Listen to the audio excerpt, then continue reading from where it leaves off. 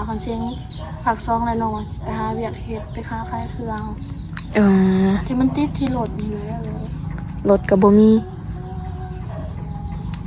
มันติดอยู่บ่มีได้ อยากแล้วเนาะบ่มีฮอดรถขี่เขาเฮียนบ่มื้อนี้ ซื้อน้ำบ่ทิศหนาบ่ได้เขาเฮียนเซ็งเฮียน1แล้วแหละ สิ่งเรียบร้อย ผ่าน เรียบร้อยจ้าผ่านแล้ว ได้ที่ยัง ยังแต่เซ็ง ยังบ่ทันได้สรุปคะแนนบ่ หูแต่ว่าผ่านเพิ่นบ่ให้ตกก็ทุกคนซับ นั่นน่ะ ขึ้นแม่นแต่ว่า ดี ผ่าน แล้ว 2นิด ภาค2 ให้ นี่ โตมัน โหภาค2นี่แฮงกลัวภาค1 2นี่ภาค1ธรรมดา ผักซองนี่ติ อันนี้ก็เซ็งพร้อมกันเลยเนาะ ตัวให้ตัวมันเลย ยังแต่ภาค2 ทิศหนาก็เขาเลย ผักซองนี่โอ้ย ทิศสิมานี่วันจันทร์บ่ แม่นจันสิมานี่ นะวันจันทร์เพราะว่าเฮาเซ็งภาคเฮียน1เนาะ แม่น แล้วเฮาพักเป็นจังได๋นอนมื้อแรงน่ะมื้อวานนี่เนาะ แม่น วันศิลป์นะเป็นจังได๋นอนรับพันดีอยู่บ่ นอนรับทันดีแต่ว่าสุเฮา2คนนี่ใส่กัน มานอนนำกันบ่ แม่นนอนนำกัน อืม ใส่กัน ไผสานี่ เช็คฮะ ไผอันนี้ มานี่ โอ้มะลิ แม่น เราเฮียนอยู่บนซิมนี่ โมเพิ่นออกแล้ว ออกแล้วออกแต่โดนแล้ว เล่นดินเพิ่นกันในข้างขากระซนนั่นเด้ นั่นนะ โอ้มาอยู่ใกล้กันเลยเนาะ แม่มันก็เลยมาอยู่น้ำข่อยก่อน โดย พื้นไผ่นี่แหละ ยันพาเอาไปเวียงแน่โดยสบายดีเด้อ สบายดี โด เด้ ย อ คือว่าได้ยินว่าอันกอกหย่มบ่ได้บ่ แม่มันหนุ่มยาก เอามันหย่มยากเอาลองหย่มให้เบิ่งดูนะแม่น มันบ่ได้ออกเลยมันต้องใช้เวลา บ่ต้องเห็นมันนั่นแบบดึงขึ้นแล้วก็จังนั้นน่ะมันยากขนาดแบบมันต้องใช้เวลาโดนมันจังสิออกขนาดเห็นบ่ปกติเฮาหย่มแม่นบ่ปกติคือตอนน่ะ ฮักบ่ น้องก็บ่ฮู้ว่ามันเป็นหยังค่ะมันหักมันก็สิหักออกนะหรือว่าแนวต่อมันทางหลุมมันเป็นหยังบ่ จะบ่ได้อาบน้ำเลยบ่ เฮาอาบแต่ว่าเฮาโยมเพื่อเฮาสิได้นะมันก็ต้องโดนน้องเมื่อยจนแบบห้ามใจบุกบ้าเพื่อสิได้นะเห็นบ่หัวมันสิออกนะมันต้องใช้เวลา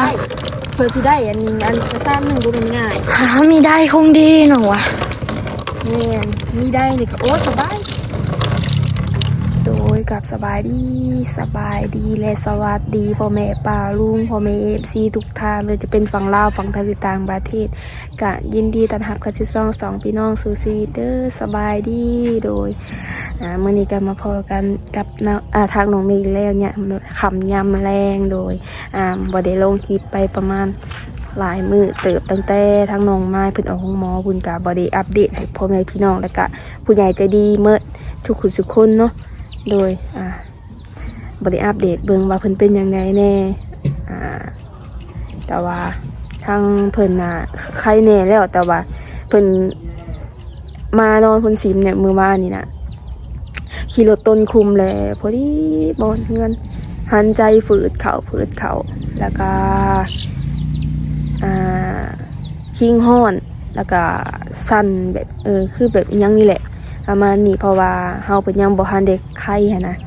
บัดขี่รถออกไปนอกก่อน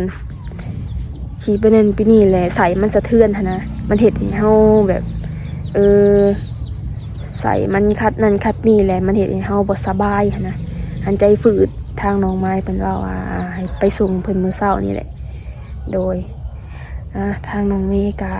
มื้อนี้ก็ทางน้องเมย์สิเข้ามาหาทางน้องปูป้าโดยเขามาเยี่ยมมายามเพื่อนเขามาถามไทยว่าเป็นจังไดว่าอยู่ดีมีแห้งอยู่บ่เนาะโดยถามเรื่องการทำการเรียนเพื่อนนั่นแหละโดยฝากกดไลค์กดแชร์เป็นกำลังใจให้ในเด้อบางทีบ่ขำโฆษณาโดยเปิดภาพมายำขับยำแรงพวกท้องพระอันชดใช้มามื้อนี้โดยสบายดีเด้อปูปา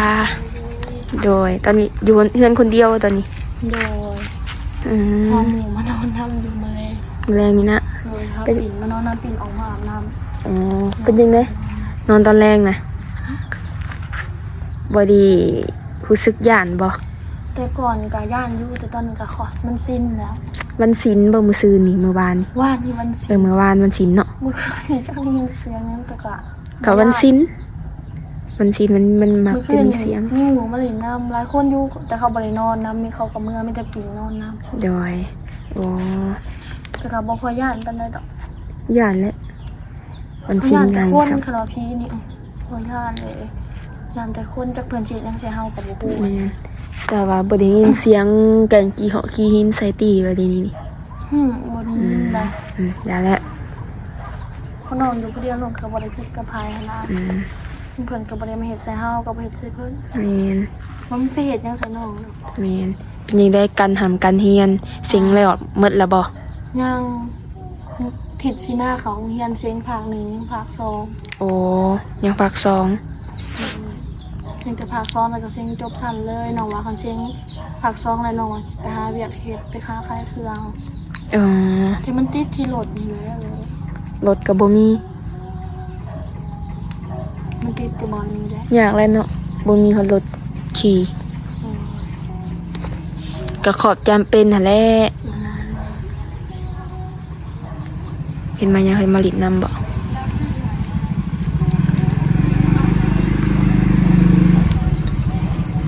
อะไรเหรอ อะไรเหรอ เขาขัน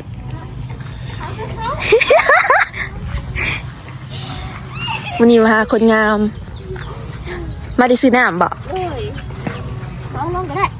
ใจสบายดี สบายดี ว้าว เขาเฮียนบ่มื้อนี้ ซื้อน้ำบ่ทิศหนาบ่ได้เขาเฮียน เสียงบางเฮียนหนึ่งแล้วแหละ เสียงเรียบร้อย ผ่า ผ่าน น เรี แล้ ยว บร้อยจ้าผ่านแล้ว ได้ที่ยัง ยังแต่เสียง ยังบ่ทันได้สรุปคะแนนบ่ หูแต่ว่าผ่านเพิ่นบ่ให้ตกไปทุกคนสับ นั่นนะ ขึ้นแม่นแต่ว่า ดี ผ่าน แล้ว สองนี่ ผักสอง ให้ นี่ โตมัน โอ้ผักสองนี่แฮงกลัวผักหนึง สองนี่ภาคหนึ่งธรรมดา แม่น ภาค2นี่ติ อันนี้ก็เสียงพร้อมกันเลยเนาะ ตัวใครตัวมันเลย ยังแต่ผักสอง พิษหนากับเขาเลย ภาค2นี่โอ้ย ทิศสิมานี่วันจันทร์บ่ แม่นจันสิมานี่ นะวันจันทร์เพราะว่าเฮาเซ็งผักเฮียนหนึ่งเนาะ แม่นพัก แล้วเฮาผัก มันค่อนข้าง ข้าง ผักทิศหนึ่ง ไก่ น้องคิดว่าเมื่อวานนี่วันจันทร์ไปโรงเรียนอยู่กำลังสิโรงเรียน เป็นยังได้นอนมือแรงนะมือวานนี่เนาะ แม่น วันศิลป์นะเป็นยังไงนอนรับพันดีอยู่บ่ นอนรับทันดีแต่ว่าสุเฮาสองคนนี่ อ้าว เธอใส่กัน มานอนนำกันบ่ แม่นนอนนำกัน อืม เธอใส่กัน ไผสานี่ เช็คฮะ ไผอันนี้ มานี่แม่น โอมาลิ แม่น เราเฮียนอยู่บนซิมนี่ โมเพิ่นออกแล้ว ออกแล้วออกแต่โดนแล้ว นี่ดินเพิ่นกันในข้างขากระโซนนั่นเด้ นั่นนะ อ่า โอ้มาอยู่ใกล้กันเลยเนาะ แม่มันก็เลยมาอยู่น้ำข่อยก่อน โดย พื้นไผ่นี่แหละ ยันเผาไปเบี่ยงแน่โดยสบายดีเด้อ สบายดี โด เด้ ย อ มื้อหน้าสิไปหลักหมักแตง ได้กำลังไง เอากำลังใหญ่ หลักหมึกแป้งว่า อ่ะคือว่าได้ยินว่าอันกอกโหย่มบ่ได้อยู่บ่ แม่มันหนุ่มยาก อ๋อมันโหย่มยากเอาลองโหย่มให้เบิ่งดูนะ มันแบบว่าหัวมันสิออกก็ต้องโดนเพื่อนน้องสิได้นำอาบคันซานหนึ่งมันต้องโงมเป็น2-3ชั่วโมง นะเอาลองโหย่มลองมึงดูสิได้อยู่บ่ถวยนะไว้ดีๆเนี่ยจะได้คนสิมาหลัก คันหนึ่งแบบนี้มันสิออกกันบ่ แมน มันบ่ได้ออกเลยมันต้องใช้เวลา บ่ต้องเห็นมันนั่นแบบดึงขึ้นแล้วก็จังนั้นน่ะมาพี่อย่ามันหักนี่จับปองให้เอื้อนนะคะ มันโยมแบบนี้มันสิออกถ้าเบิ่งลองโยมเบิ่งมันบ่ออกเลยบ่มันยากขนาดเลยแบบมันต้องใช้เวลาโดนมันจังสิออกนะเห็นบ่ปกติเฮาโยมแม่นบ่ปกติคือตอนน่ะ ฮักบอก น้องก็บ่ฮู้ว่ามันเป็นหยังค่ะมันหักมันก็สิหักออกนะหรือว่าแนวต่อมันทางหลุมมันเป็นหยังบ่ จะไปอาบน้ำเลยบอก เฮาอาบแต่ว่าเฮาโยมเพื่อเฮาสิได้หั้นนะมันก็ต้องโดนน้องเมื่อยจนแบบห้ามใจบุกว่าเพื่อสิได้นะเห็นบ่หัวมันสิออกนะเห็นบ่ มันต้องใส่เวลา เพื่อสิได้อันจะสร้างหนึ่งบ่เป็นง่าย หามีได้คงดีหนอวะ แม่นมีได้นี่ก็โอ้สบายอ๋อ ที่บอกมันแบบมันแห้งค่ะนะเลยแบบว่ามันบอกคือเก่านะ เอาลอกบังรู้ไหมนี่เฮาหนู เพื่อสิได้อ่าวบ่เป็นง่าย เพราะเผื่อเต็มชามเนาะพระสิไปอาบน้ำสำนีมันสิไปพ่อนะ เพื่อสิอาบได้บ่เป็นง่าย โดย ตายเบิ้งใส่ปูป้าหัวโซดูหูอาบมันอาบพ่อโตอยู่บ่นี่นะ พ่อล่างตีนนั่นแหละ ได้แต่ล้างตีน โดย ป้า พ่อเผื่อสิได้ให้หยาบเลย ป้าขนาดข่อยโยมสนิกอะ มันตกแบบว่าเข้าเมื่อยก่อนมันถึงจะออกนะ เมื่อยบ่ไหว้คือสิดีค่ะ เมนถ้าเฮามีได้จะสุดคือสิดีเนาะ โดยคือการจุดอ่อนเสียไพ่แล้วมันก็ได้เลย แม่ เป็นจะได้เดือนนี้ค่ะไพ่เท่าไหร่ โว้วข่อย3 เดือนป้ายอะไร360,000ปลายพัน คอยนะเดือนหนึ่งคันแพงสุด59บางทีก็49 นั่นแหละบ่มีหยัง ข่อยทั้งใดทั้งตู้เย็นโว้ได้ตลอด มันก็แพงนะ เมน โอ้ยเขาใส่น้ำปลาป้าให้กระเต็กกว่านี้เนาะค่ะ โอ้เขาเสียเดือนเท่าไรเดือนละ500,000เนาะ อันนี้ เดือนละล้าน เอาไฟได้เสียบกับอันนั้นลุงเจอไพ่เขาเองนะมันสบาย แมนสบายเฮามีได้เนาะมันก็แนวนึง มันก็ง่ายค่ะ แม นะ นเฮาสักเสือสักนั่นสักนี่ อ๋อสักเสือน้องยังไปอันนั้นไปจ้างโซนสักหายแล้วไปสักตู้สักตาเพื่อน กระต่างละ20-30อู้ย ไปจ้างเพิ่น ถ้าจาก 20,000 ยังไงก็เบิ่งนี่แหละน้ำนะเพื่อโยน้องโยมสิออก มี มันเรื่องง่าย หยมพาสิได้เนาะขนาดข่อยหยมซำนี่ก็บ่ต้องหันใจฝืดอีหลี เข้า ดอก เหนื่อยก่อนแล้วมันจังได้ แมนก็โพดเนาะ น้องหวานมีแต่น้องหวานผักเฮี้ยนเลยลองสิลองขายเครื่องออนไลน์เบิ่งแต่ตอนนั้นเคยขายแบบมันก็พอได้อีกค่ะนะ โดย น้องหวานสิลองขายคือเบิ่ง ข่อยก็หับตัวแทนเขามาขายกันข่อยว่า โดย ขายเสือขายครีมเฮาก็ลอง เสือเลยเอามาแล้ว เสือนะเอามาแล้วมือ ขายดีอยู่ อื่นนี่แปลวแล้วนะขายดีอยู่มีแต่คนทักมาจองแล้วก็สิแบบออเดอร์มาแล้วขอสิแพ็คไปผ่าให้เขาเลย ไปผักเนี่ยอนุชิตหรือมีไซ อนุสิทธิ์ ผักมีไส้ไก่บ้านเฮาก็มี มีไซนะ เออ ไปผ่าอนุสิทธิ์เอ้าข่อยเป็นเรื่องกันกับเอื้อยนั่นแบบมันมีปัญหาหยังก็ให้เราแก้ให้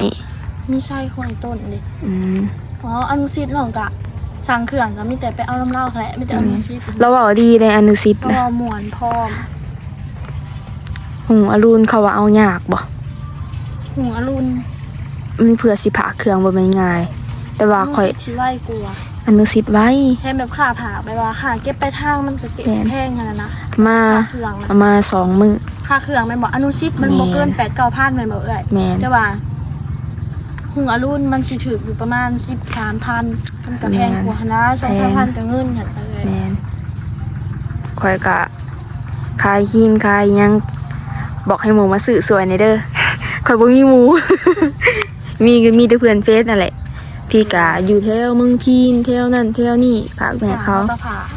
แมน ค่าผ่าเขาได้อย่าไปผ่า ผากนะโอ้ยังบ่ได้ผากเด้อ โดยถามเพิ่นไว้แล้วว่าค่าผ่าเท่าไหร่ ก็บ่แพงเด้อมันอิงตามเครื่องขนาดน้อยขนาดใหญ่มันหนักก็เฮาต้องโอ้เสียแพง ว่าคือเครื่องตีกลับมันคงลำบากเลยถ้าลูกค้าเขาบอกไปเอานะเลย นั่นแหละแต่ว่าเฮาขายเครื่องนี่ก็แนวหนึ่งได้เฮาไปหับของกระเจ้ามานะเฮาต้องเบิ่งคักแน่แต่ มันตัวนี้ของปลอมของแท้ บ่ นะ ถึงแบบเฮาสั่งลายหั้นนะสมมุติว่า 4-5 แสนนี่เฮาเบิ่งคักๆถ้าว่าเฮาลงไปโอนปึ๊บนี่นะเขาบ่ฝากเครื่องให้เฮานี่ร้อยแบบเรียบร้อยเลยเฮาบ่ได้เครื่อง เขาประจานเขาก็ได้แต่ประจานแล้วเสียเงินเขาได้ บ่ประจาน แบบว่าเวลา มั มัน ต้องมีได้แน่เสียแน่ได้อันนี้นะ แมนแต่ว่ามันลำบากอย่างหนึ่งก็คือลงเคยแล้วลงไปผากแล้วเขาบอกมาเอาเครื่องบัดขาเขาขาผากเขาอีกมัน แม่น ว่าขากล่องขาเนี่ยเอาหนาสกอตอีก ข่อยโอนข่อย โอนมาแล้วข่อยผางให้แต่ว่าบ่มีปลายทางข่อยขายน่ะสินข้าวเปียกแห้งข่อยขายหักตัวแทนเขามาขายว่าจะกินสินข้าวเปียกแห้งนะสั่งนำเด้อ โอเคเวลาที่สั่งมาต้ม โดยอันทงหนึ่ง25,000 ข้าวเปียกแห้งแบบมันมียังไง มันมีมันมีอันเครื่องปรุงเครื่องหยังหลายอย่าง มีบ่ แม่ แต่ว่าเป็นรสชาติข้าวเปียกมัน แม่มันเป็นรสชาติข้าวเปียกมันก็จะคือข้าวเปียกเลย 25,000 แม่นทงหนึ่ง25,000 ซื้อนะมาไว้ โอเค กิน โดย เที่ง อันมาอุดหนุนเด้อทางน้องเมย์อันขายเครื่องออนไลน์อันขายข้าวเปียกทางน้องปูแป้ก็มาอุดหนุนเซเน่ซื้อจากทงหนึ่งก็ดีใจนะทงหนึ่ง25,000เอามาให้ แล้วน้องได้เงินน้องก็สิแสนห้ามาส่งให้ โดยและกสิไทยรีวิวให้พร้อมได้วันนี้แหละ ว่าแซ่บบ่ โดยทางน้องเมย์ก็อัดคลิปลง TikTok แน่บ่ต้องอายนะวิธีการหาเงิน เขาหาเงินคันอ้ายเขาก็อด แม่นอด เงินเขาต้องใช้แบบคนสามารถเฮา แม่นถึงเขาสิว่าเฮาพี่บ้าก็ตามอีนี่พี่บ้าเฮ็ดคลิปเนี่ยโอ้ยอย่างให้เขาเว้าโลดแต่เขา เฮาได้เงินก็พอ แม่น ได้เงินก็พอ แม่นภาษีว่าหยังก็อย่างเนาะ เดี๋ยวเฮาบ่ เพราะ ต้อง ว่า ขอ วิธีการหาเงินเฮาก็แบบเฮ็ดพี่บ้าพี่บ่ไปเฮาก็ได้เงิน เฮ็ดคลิปตลกแหละ แม่น คน เขาก็เบิ่งในดอกเบิ่งหลายเฮ็ดคือพี่บ้า ถ้ามีคนซื้อเด้ แม่น ถ้าการมีคนซื้อน้ำแบบมันก็มีทั้งคนหักและคนแพงแล้วก็คนสร้างเขาแหละมันก็มีครบมาหั่นแหละ แม่น แชร์เขาหักเขาหมดโลกก็คงเป็นไปบ่ได้ แม่น ทุกคนมันก็เป็นแบบนี้ ถ้าขายเครื่องอะต้องเช็คดีๆก่อนเฮาต้องเฮาเบิ่งตัวเองสถานการณ์ตัวเองก่อน เบิ่งสินค้าเฮาใส่ดีแท้บ่เฮาต้องรีวิว ลูกค้าเพิ่นก็เห็นว่าเฮาใส่ได้ผลเพิ่นก็เอาไปใช้เพิ่นได้ผล แม่น เพิ่นก็มาซื้อเฮาอีก แม่นแล้วเราต้องเบิ่งเวลาเครื่องสมมติว่าหานใดที่แบบมันดีๆแบบของเอียงก็ว่าของแท้นะอีหยังแบบว่าเขาขายนั่นนี่ของแท้นะเฮาเอามาโลดแต่ว่าตัวที่แบบมันขายถึกแฮงนะบางทีก็คนโกงก็มีมันสินค้าบ่ดีเขาเจ้าเอามาขายเอาอะนะเขาไปใส่เนาะเป็นตุ่มเป็นฝืนเป็นแผลแบบมันแผลขึ้นมาเฮารับผิดชอบ เป็นย้อนเฮาค่ะว่า แม่น สั่งมานำเฮา แมนนั่นแหละ เฮาก็ต้องได้รับผิดชอบ โดยทางเอื้อยกาว่าสิซื้ออันแก๊สก็ที่ว่าอันนั้นเนี่ยก็ว่าแบบเฮาอันเอาเครื่องมันใส่แก๊สนะผักไปเขานะเอาสิซื้อมาแล้วย่าแล้ววะเอาแก๊สมาน่ะเองว่ามาตัดแล้วก็เฮ็ดกล่องเองกล่องน้อยๆอุปูเป้า อ๋อซ้ำเครื่องเฮาคั่นแหละ แมนซ้ำเครื่องอ่ะแหละเฮาขายครีมเนาะ เฮาเห็นในเฟซแล้วมันจะงอกคนอย่างน่ะก็ขายเครื่องโคตรเจ๋งเลยแบบน่ะ แมน ขายแบบรีวิวทางเฮ็ดคอนเทนต์ แม่ ให้ น ได้แบบพี่บาพี่มงแล้วก็บ่สนใจนะ แม่น โคตรเจ๋ง ผู้หนึง น้อง หา และน้องว่าผักเฮียนน้องสิขาย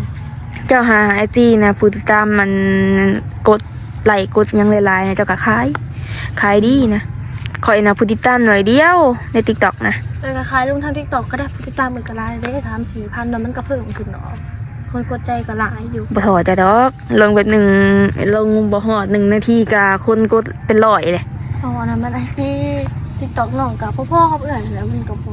มันก็แต่ถามว่ามันก็พอใช้ได้บ่ก็พอใช้ได้อยู่ส่วนไลฟ์เพิ่นเฟซสิไลฟ์กว่านั่นแหละเพราะว่าเบิ่งเอาลงรูปเอาลงหยังมันก็คนกดเป็นร้อยเป็น นั่นแหละเขาจังว่ามาพากอันยังก็ไอจีน้ำเจ้านี่ โดยยังบ่ทันได้ลงให้เอื่อยชื่ออ่ะ ไอจีใหม่เด้ไอจีเก่าข่อยมันเข้าบ่ได้ อ๋อไอจีใหม่ แม่น โดยก็ ต้องข่อยติดตามจ้ะนะกินข้าวกับหยังตอนแรง บ่ฮู้ดิ ยังบ่ฮู้เป็นจังได๋ดอกไผทางนอก อยู่เป็นเงียบเหงา เงียบเหงา แม่อยู่บ่ใครเลย แม่น มีคนจม นั่นแหละ จักเพิ่นสิมาตอนใดย่าและเพิ่นไปหาเงินบ่คล้องเพิ่นดอก แม่นเป็นไปหาเงินกับบ่ต้องคล้องเพิ่นเราว่าอิหยังก่อนเราได้เงินแล้วเราสิมาว่ะวาสนาสิออกเลยบ่งเฮียนหรือว่าใด น้องก็บ่ฮู้น้องถามนี่แม่เพิ่นก็บ่ตอบเนาะ เรายังบ่ได้คำตอบ โดยมันสิเสียงผักเฮียน2เลยดิขนาดวาสนามาเสียงผักเฮียน2เพิ่นก็ให้คืนได้ แม่น เขามาเสียงผักเฮียน2ในอีก2เดือนที่บอกเดือนนึงผักเฮียน2นะโดย เสียงผักเฮียน1ก็ผ่านผักเฮียน2นี่ไป มันให้ผ่านมีคนบ่ผ่านนำของน้องแต่ว่าทางเฮียน2นี่เอาโตให้โตมันคือเอาม้อยว่าของหั่นแหละ โอ้พังเฮียน2แฮงกว่าพังเฮียน1ได้ ทางเฮียน1ยังบ่ค่ายอ่ะนะ แม่น ป้าทางเฮียน2นี่นิดหน่อยแล้วมันอย่างเงี้ย โอ้เอ้ามื้อนี้ก็อย่ามันค่ำเลยถ้าเกิดก็สิกลับก่อนเด้อโดยเอาอยู่ดีมีแฮงโดย